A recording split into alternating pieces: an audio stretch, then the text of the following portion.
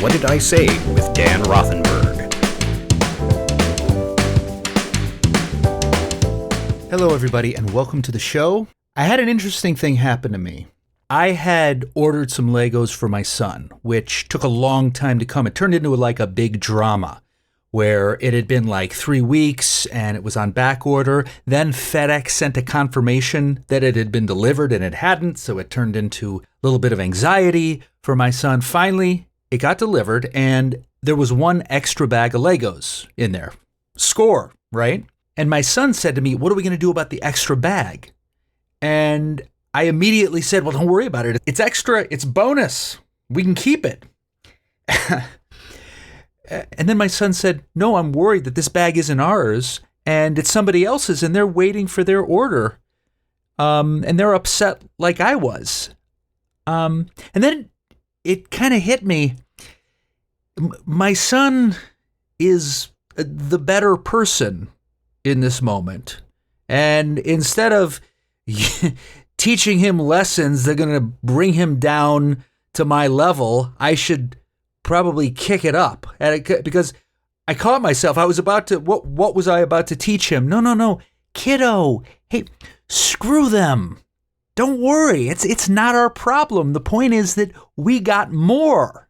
And actually, I think with age comes wisdom. With age also comes cynicism and kind of sometimes a tendency to cut corners or have a lack of integrity. So I flipped it around and I said, "You know what? You're right. I'll call Legos and we will ask what to do with it." And here's the thing. I followed through because somehow I knew he would know if I didn't actually do it. So I was the kid in that instance. And I learned a good lesson. And with good, you know what, with a little work, I can maybe become as honest and good a person as my 12-year-old son. Sometimes we got to learn from them. Okay, ladies and gentlemen, we're going to talk about ADHD now with my friend and colleague, Amber Henin. You're going to really enjoy this.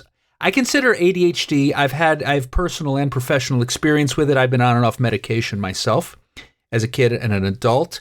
It's kind of a gateway condition. You know how we talk about pot as a gateway drug to harder drugs, but I don't know if I totally believe that. That's a whole other thing.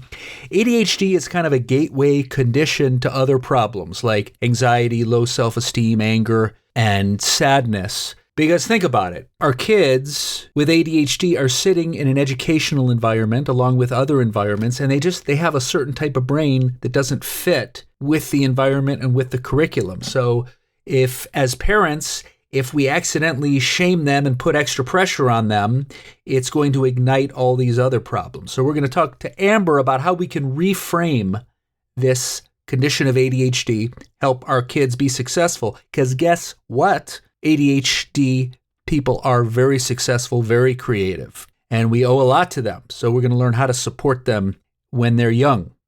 Now, a really quick note. Amber makes reference to a book by Tom Hartman. That's spelled Thom, because why not? Hartman. And the book is called A Hunter in a Farmer's World. And just to clarify, the ADHD brain is the hunter and the other brain is the farmer. And I'm mentioning it now because it can be a little confusing because Amber just kind of dives into it. So that's the book she's referring to. And now, ladies and gentlemen, it's Amber Henin.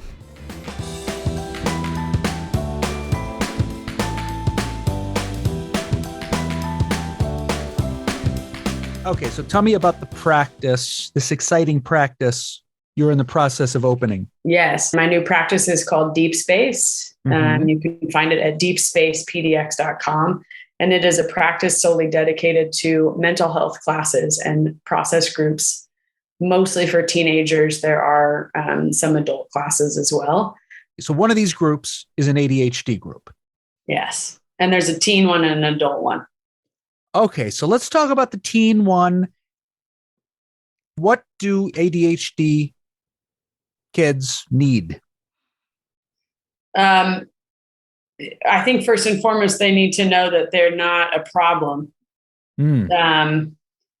That they happen to be born in a society of people that are that largely were not born with ADHD brains. And I think that's where we all need to start, right? People are like, I think I have ADHD, or they'll just like throw it. I think I always have, but you would really know, the core struggles of people with ADHD when they become adults. And this is why teens and adults are separate, is that adults with ADHD oftentimes have depression and addiction issues. And the reason for that is because they lived their entire childhood feeling othered or less than, being told that they don't want to apply themselves or try, that they're lazy learners, they don't care about education. These are things that I'm actually saying that I was told about me, right? Amber, you're not book smarts. You're going to be street smarts. Like, you have common sense, which is great. A lot of people with ADHD have a great deal of common sense. And so over time, obviously, which is what I believe too, that I wouldn't go to college and I wouldn't go in a direction of anything other than maybe a blue collar job, which I was perfectly ready to do and was going in a direction of. And so first and foremost, I would say ADHD kids need to know that there is nothing wrong with them. And that I'm sorry that you were born into a society in a particular time that that both benefits from your type of brain, but doesn't support it. So most CEOs, most people that are like really high up in society, high in terms of values, of course, we can argue that have been successful, have ADHD. And so the skills that you have naturally, you were born with, lend themselves to really great things. But in order for you to get there, you have to keep up your confidence and your self-esteem through a system that is not built for you. Can you expand on these positives, these strengths of ADHD? So your brain takes everything in at once. So it finds everything important. I like that. So finds everything important. That sounds so nice. Well, it is, to a certain extent it is, right? So a lot of people with ADHD are incredibly funny, right? They're funny because they're playing off their environment, and everything in their environment is important. So so if you're funny, right, everything's material for your jokes. So we can come across really witty and quick, and it's because our brain is taking everything in. Our five senses are taking everything in. And it's difficult for us to have tunnel vision and to just focus on one thing, which is why everything becomes kind of big picture. And in Tom Hartman's book, farmers have to be distress tolerant in terms of observation and doing the same thing every day and being able to focus on that and produce in that way. Hunters is what Tom Hartman calls people with ADHD, and they're people that need to take everything in all at once to be successful as hunters. But we're not in a hunter-farmer situation now. So, okay. So would you say like public school is created for farmers? Right. You think about the visual of it, right? All these kids sitting in desks looking forward. And how is that different from all these humans sitting in cubicles doing their thing on their, keyboard, whatever it is, right? It just is not the way that we learn. And so the skills that I am wanting to impart on the ADHD community here in Portland are just the skills to get you through a farmer society so that you can continue to feel encouraged. And it's necessary. Like, we need you. Society needs you. People generally probably enjoy you. There's probably parts of you that people don't enjoy that might be really annoying. And we want to get those out. We want to tease those out because you don't want to be the annoying person. You're going to have to live a life of systems that you create yourself. And those systems are what will allow you to be creative and, wave your freak flag high if you want, because you'll have some bumpers. You'll have something that will make sure that you get things done. You just happen to have a brain type that you'll have the rest of your life. And you have to choose to apply certain skills and systems to your everyday living.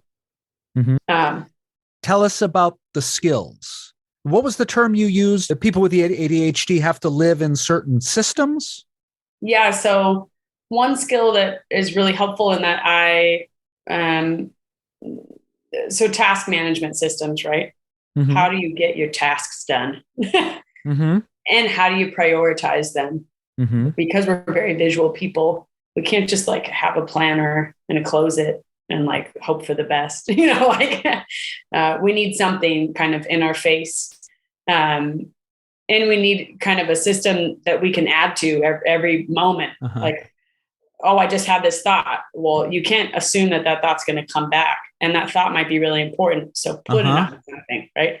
So the putting it on something is different task management systems. I just need to accept that my brain will not remember things based on my values and how I care about them.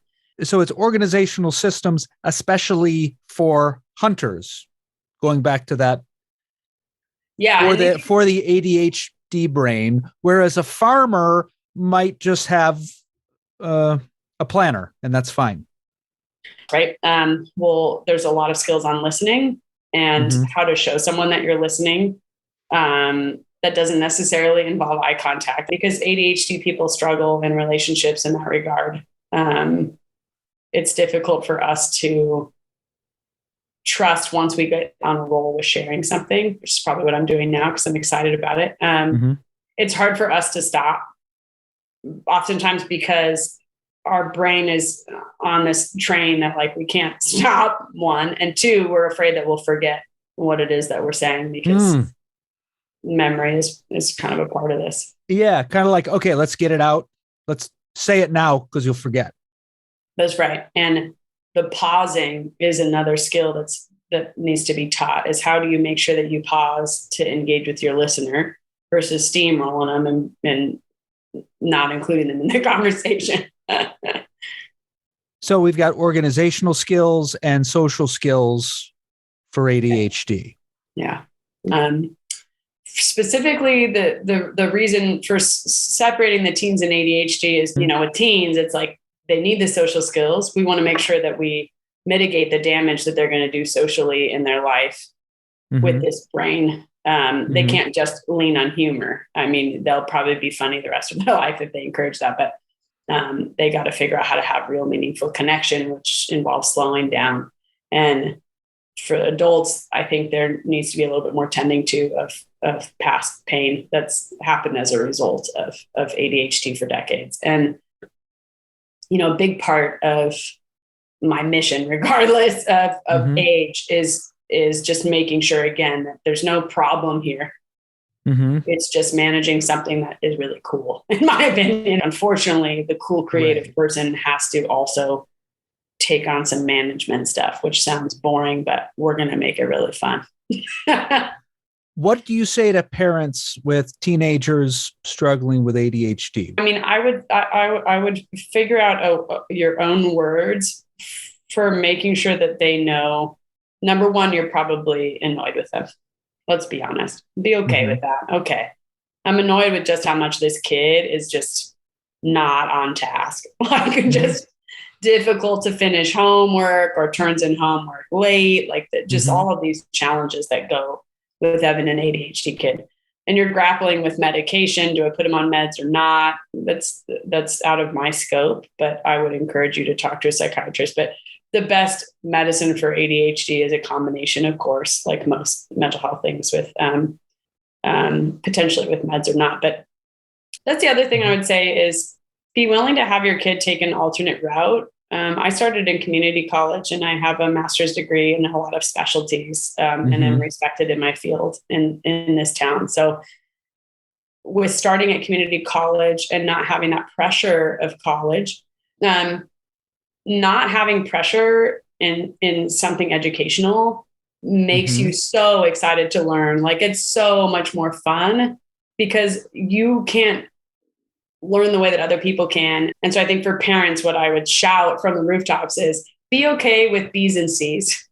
Be okay with passing grades. Every single year of high school, I got a D in math.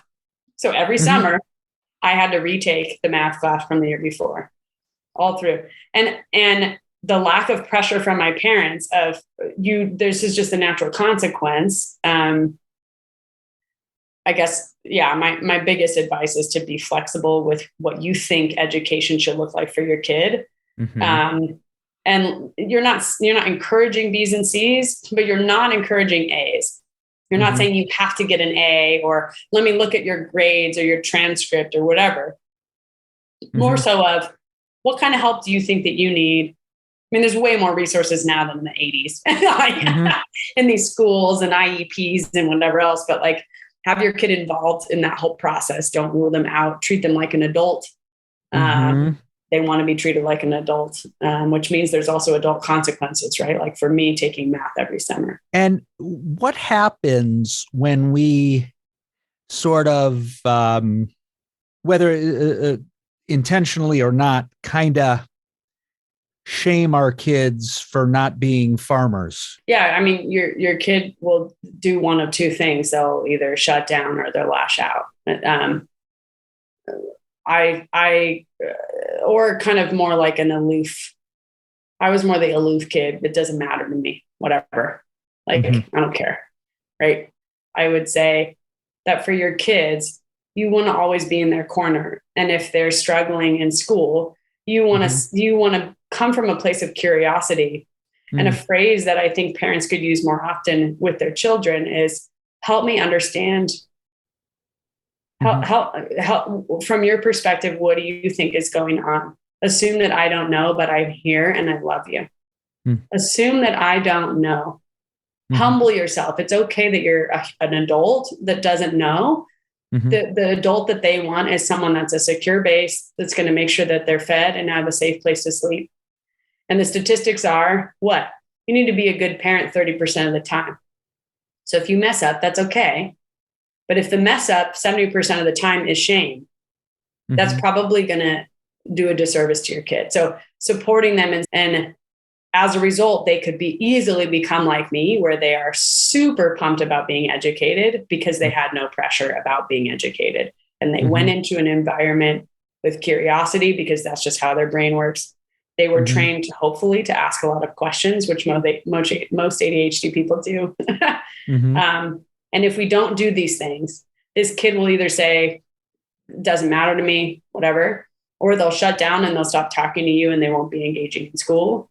This is where we see depression. This is where we see anxiety in terms of going to school consistently, retreating from social groups. Potentially, this could go into other aspects of control where they are trying to, if they have some sort of controlling nature, they might try to control other things, food. They're very prone to addiction and going in that direction of addiction. That's something that I teach all my teens, is that, especially with weed being all over the place right now, if your brain isn't fully developed, if it's not, fully developed, which is not until 25, you're encouraging your ADHD to get worse with weed in particular. So there's ways to have that conversation with your kid as well.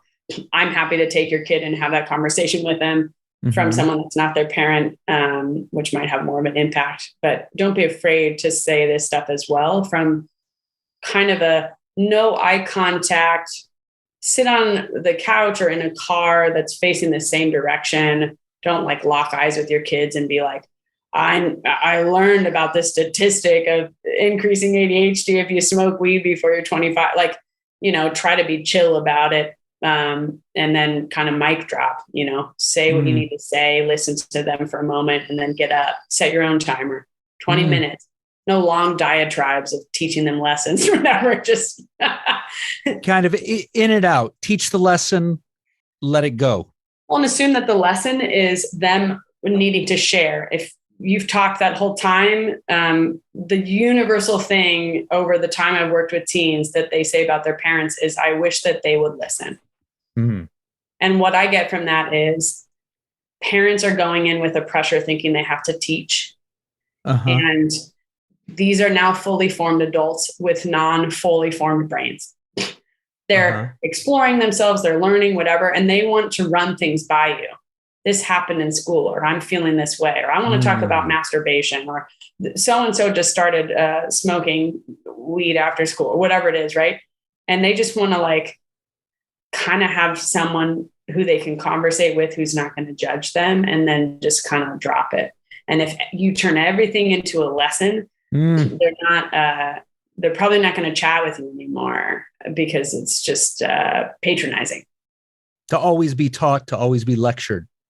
Yeah, it's just it feels like it feels patronizing, right? They encourage them to be taught in school, encourage them to be excited to be taught by educators, because that's a fun environment, right? For you, it's not your role is not to teach, it's to model.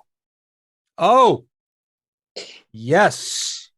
That's not your role. So, Amber, going back to, so I'm channeling the anxious parent, which I can be at times. And okay, so we're going to be okay with B's and C's and not encourage A's. But what about pushing our kids to reach their potential? What if they can do better and we're kind of letting them off the hook? Yeah, I would question that anxiety and where it comes from. I would like not assume that all the things that you think make a quote unquote good parent is the emphasis for why you're like, I gotta have this kid reach its potential. I mean, I would seriously question, like, is there a possibility that this kid could have a good life going in a direction that I don't foresee, right? So the assumption with the anxious parent is if I don't push them, they'll become a drug addict, or if I don't push them, they'll go with the wrong crowd. If I don't push them, blah, blah, blah, right? But I think that there's a happy medium. I think that checking in with your kid regularly, and maybe that's scheduled check-ins so you don't miss a time or too long of a time, and just checking in with saying, like, just go through the different things. How are you? Let's talk about school. Let's talk about home life. Let's talk about friendship. Let's talk about future. You know, have you had any fun dreams yet about your future? Not like, what do you think you want to be? Like, just like, have you make it fun, make it magical. Like, don't take the magic away from your kids of childhood just yet, just because they're teens. Allow them to be kind of fantastical and excited about who they're going to be as adults. So number one, check yourself. When you're thinking, I got to push my kid, blah, blah, blah, what are you pushing them towards? What's the thing you're pushing them towards? Because you have to think big picture, not right in that moment. It's A's. And can I also add, maybe they will make $150,000 a year because that'll turn out to be what they want to do. 100%. They want to go become an engineer. Great. Like, you know, that's cool, but they're not going to get there just because you're pushing them to get A's, and they can become an engineer starting in community college. So kind of think, especially if you have a kid, again, we're talking about ADHD, maybe it's time to think outside the box and 100%. Be a little creative about the path. I mean, I changed my major 4 times. Like, it doesn't matter. Let them take whatever they want. Make sure that they go in the direction of curiosity, and curiosity will encourage the direction that they need to go with their future. And that if you say things like, oh, you're wishy-washy, or you change your mind all the time, just know that their internal experience is not that. Their internal experience is going towards curiosity. It's not, oh, I'm this person that can't make decisions. This is not to me. Especially if they're excited about it. It might look wishy-washy to you, but if your kid is motivated and excited, let them go in that direction. Right. And there's bumpers to put in place, right? Like, if their thing they're excited about is like Minecraft for 6 hours, like, I think that limits around this stuff is very crucial for just social development. Yeah. Okay. Thanks so much, Amber. We'll talk to you soon. Thanks. See ya. Bye-bye.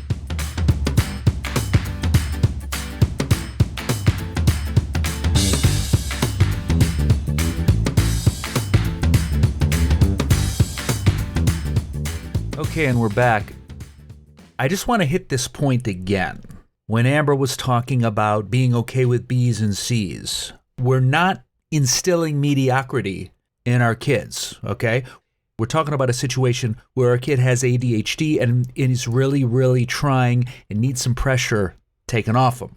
So just to clarify that, a story from my childhood sort of pops into my head. 7th grade, I had a really hard time with social studies. I don't know why. It began with the study of the Sumerians, who I still don't know who they are because I was never able to learn it.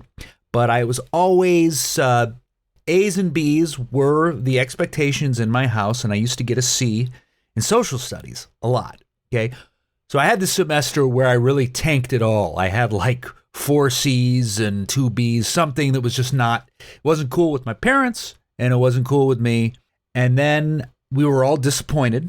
Then the next semester, I really pulled it together, and I really tried hard, and I got all A's and B's, but still a C in social studies. And I remember my mom and my dad saying, hey, don't worry about it. And it was a really important moment for me because I was trying. So it's important to, on the one hand, we're instilling excellence. We want our kids to reach their potential. On the other hand, sometimes, like Amber says, we need to have an open mind as to how their education is going to go. So I recently got an email, whatsayme43@gmail.com. It said, this is an interesting question. Dan, do you have difficulty following your parenting suggestions? Do I have difficulty walking the walk of what I see? Yes, absolutely. So anyway, my son, 7th grade, he is into cross country. He runs on the cross country club for middle school, which is already completely exceeded my expectations. I can't believe it. He wasn't into sports as a younger kid. I was into sports all my life. Suddenly, I'm going to events, and guess what? Don't tell anybody this, okay? He's good.